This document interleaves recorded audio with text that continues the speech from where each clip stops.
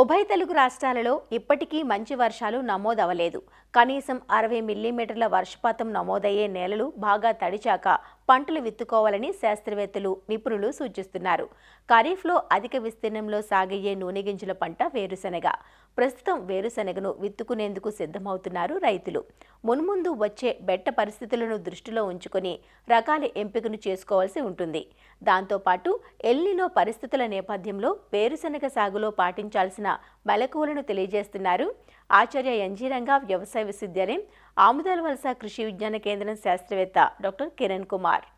తక్కువ వర్షపాతం ఉండి అలాగే మెట్ట ప్రాంతాలు ఎక్కడైతే ఉంటాయో ఆ ప్రాంతాల్లో కూడా ఈ వేరుశెనగని ఎక్కువగా సాగు చేయడం జరుగుతూ ఉంటుంది.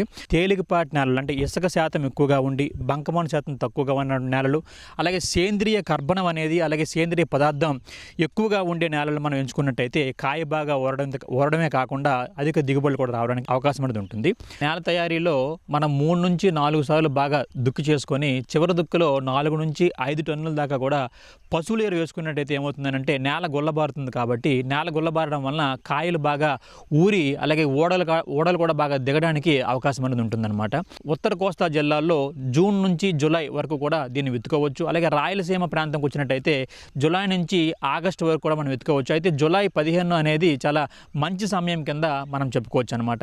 అలాగే రకాల విషయంలో కూడా మనకి రైతు సోదరులు కొంచెం జాగ్రత్త వహించి మనం విత్తుకున్నట్టయితే రకాలను ఎంచుకున్న కూడా చేసుకున్నట్టయితే మంచి దిగుబడి రావడానికి అవకాశం ఉంటుంది. దాంట్లో ప్రధానమైనది ఈ నిత్యహరిత అనే రకం, K6 అనే రకం, అలాగే కదిరి 7 బోల్డ్, అలాగే లేపాక్షి అనే రకం. వీటితో పాటుగానే ఈ మధ్య కొత్తగా విశిష్ట అనే రకం, హిమని అనే రకం, కోణార్క్ అనే రకం 105 రోజుల్లో మనకు పంట చేతికి వస్తుంది. అలాగే 12 క్వింటాల వరకు కూడా దిగుబడిని అందిస్తుంది. 49% వరకు కూడా ఇది నూనెను కలిగి ఉండి మనకి అధిక నీటి వినియోగ సామర్థ్యాన్ని మనకి కలిగి ఉంటుంది అనమాట.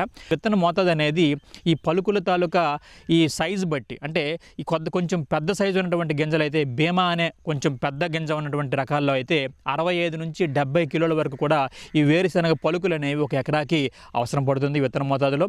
అలాగే K6 కానీ అలాగే ధరణి కానీ విశిష్ట వెరైటీల్లో 50 నుంచి 55 కిలోల వరకు కూడా ఇది మనకి అవసరం పడుతుంది. కదిరి 7 బోల్డ్ కానీ అలాగే కదిరి చిత్రావతి కానీ అమరావతి కానీ చూసుకున్నట్టయితే 40 నుంచి 45 కిలోల వరకు కూడా ఒక ఎకరాకు వేరుశెనగ పలుకులు విత్తనం మోతాదు కింద అవసరం పడుతుంది. లేపాక్షి వంటి వెరైటీల్లో మనకు 35 కిలోలు కూడా సరిపోతుంది అన్నమాట ఒక ఎకరాకి.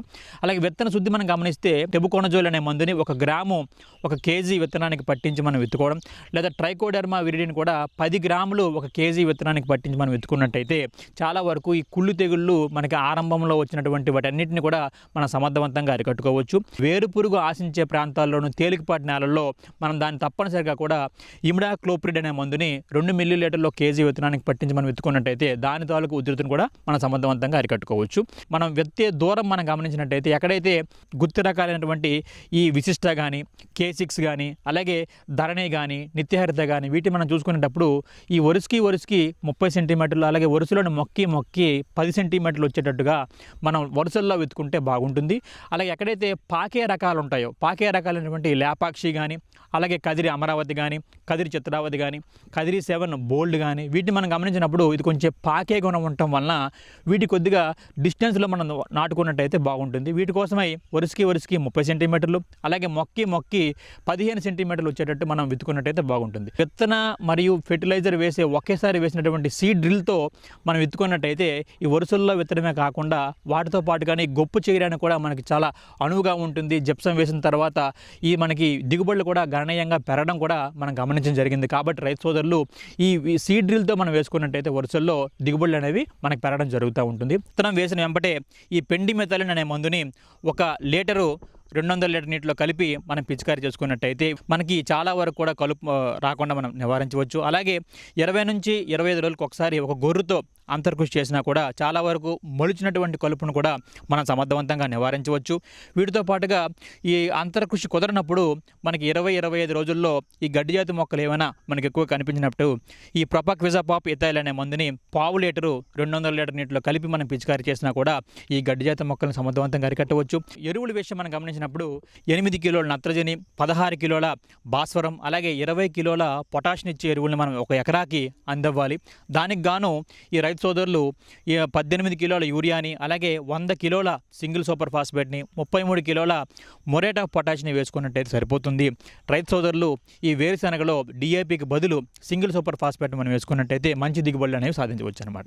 వీటితో పాటుగా ఈ సూక్ష్మధాతు లోపాల నివారణకు ఈ ఫార్ములా 4 కానీ లేదా ఫార్ములా 6 కానీ ఏదో ఒక దానిని ఒక ఎకరాకు 500 గ్రాముల చొప్పున మనం పిచికారీ చేసుకున్నట్టయితే చాలా మంచి దిగుబడులు అనేవి మనం దీంట్లో సాధించవచ్చు అనమాట. అలాగే దీంట్లో నీటి యాజమాన్యం మనం గమనించినప్పుడు మనం పైపాటుగా మనం నీరు ఇచ్చినప్పుడు ఏమవుతుందంటే వేరుశనగలు ఎక్కువగా రొడ్డ పెరిగి మన కాయల తాలూకు దిగుబడి తగ్గిపోతుంది. కాబట్టి వేరుశనగలో ఖరీఫ్లో మనకు నీరు పెట్టాల్సిన అవసరం ఉండదు. దీంతో పాటుగానే ఎక్కడైనా మనకి బెట్ట పరిస్థితులు వచ్చేటప్పుడు, ప్రత్యేకించి ఈ ఊడ దిగే టైంలో కానీ, పోత దశలో కానీ, కాయ ఊరే టైంలో కానీ మనకి ఎప్పుడైనా బెట్ట మనం గమనించినప్పుడు ఏం చేస్తామనంటే తేలికపాటి నీటి తరం ఇచ్చినట్టయితే ఈ నీటి యాజమాన్యాన్ని కూడా చక్కగా చేసిన వాళ్ళం అవుతాం. ఇక మనం సస్యరక్షణ విషయానికి మనం వచ్చినప్పుడు తొలకరిలో ఈ వేరు పురుగు తాలూకు నష్టం అనేది చాలా ఎక్కువగా ఉంటుందన్నమాట. భూమి లోపల పెట్టినటువంటి గుడ్లు అనేవి వర్షం పడగానే అవి పొదిగి పిల్లలు అనేవి బయటకు వచ్చి అవి తెల్లని శరీరాన్ని కలిగి ఉండి అలాగే ఎర్రని తలతో ఉంటాయి. వీటి తాలూకు ఉధృతి పెరిగినప్పుడు ఏమవుతుందంటే సి ఆకారంలో ఇలాగ వంక తిరిగి ఉంటాయి అన్నమాట. వేరన్నిటిని కొరికేయడం వలన మొక్క చనిపోవడం కూడా జరుగుతుంది. సో దీన్ని నివారించడానికి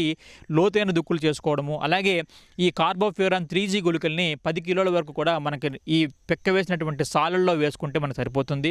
ఈ రసం పీల్చే పురుగుల విషయానికి వచ్చినప్పటికీ దీంట్లో ఎక్కువగా తామర పురుగులు అలాగే పేనుబంక అనేది ఎక్కువగా ఆశించి నష్టపరుస్తూ ఉంటుంది. ఈ తామర పురుగులు అనేవి ఈ లేత ఆకుల అడుగు భాగాన్ని ఉండి పత్రహరితనంతటిని గోకి రసాన్ని పీల్చడం వల్ల ఏమవుతుందంటే ఆకులు అనేవి ముడతలుగా పడడం, వాటితో పాటుగానే ఈ కలర్ కూడా మారిపోతుంటుంది, అంటే పసుపు రంగులోకి మారిపోతూ ఉంటాయి. ఈ పేనుబంక కూడాను అలాగే పచ్చదోమ కూడాను ఏవైతే కొత్తగా వస్తున్నటువంటి భాగాలు ఉంటాయో వాటి దగ్గర చేరి రసాన్ని పీల్చడం వల్ల ఏమవుతుందంటే పసుపు రంగులోకి మారిపోవడం, వాటితో పాటుగానే ఈ గిడస బారిపోవడం కూడా జరుగుతుంది. ఈ మూడింటిని సమర్థవంతంగా నివారించాలంటే ఈ డైమెథయోట్ అనే మందుని 2 మిల్లీలీటర్లు 1 లీటర్ నీటి కలిపి పిచికారీ చేయొచ్చు, లేదా ఇమిడాక్లోపిడ్ అనే మందుని 0.4 మిల్లీలీటర్లు 1 లీటర్ నీటి కలిపి పిచికారీ చేయొచ్చు. అలాగే తెగుళ్ళ విషయం మనం గమనించినప్పుడు ఈ మొదల కుళ్ళు తెగులు కూడా ఎక్కువగా ఆశిస్తుంటుంది. విత్తనం వేసిన తర్వాత ఇది మనకి నేలలో ఉండి తెగులు అనేది ఆశించి మొక్క మొలకెత్తకుండానే కుళ్ళిపోతుంది విత్తనం. అలాగే ఎదిగిన దశలో కనుక ఆశించినట్టయితే మొక్క అంతా కూడా చనిపోవడం కూడా జరుగుతుంది. సో దీనిని నివారించడానికి మన విత్తన శుద్ధి అనేది టెబుకోనజోల్ అనే మందుతో 1 గ్రామ్ 1 కేజీ విత్తనానికి పట్టించి చేయడం, అలాగే ట్రైకోడెర్మా విరిడిని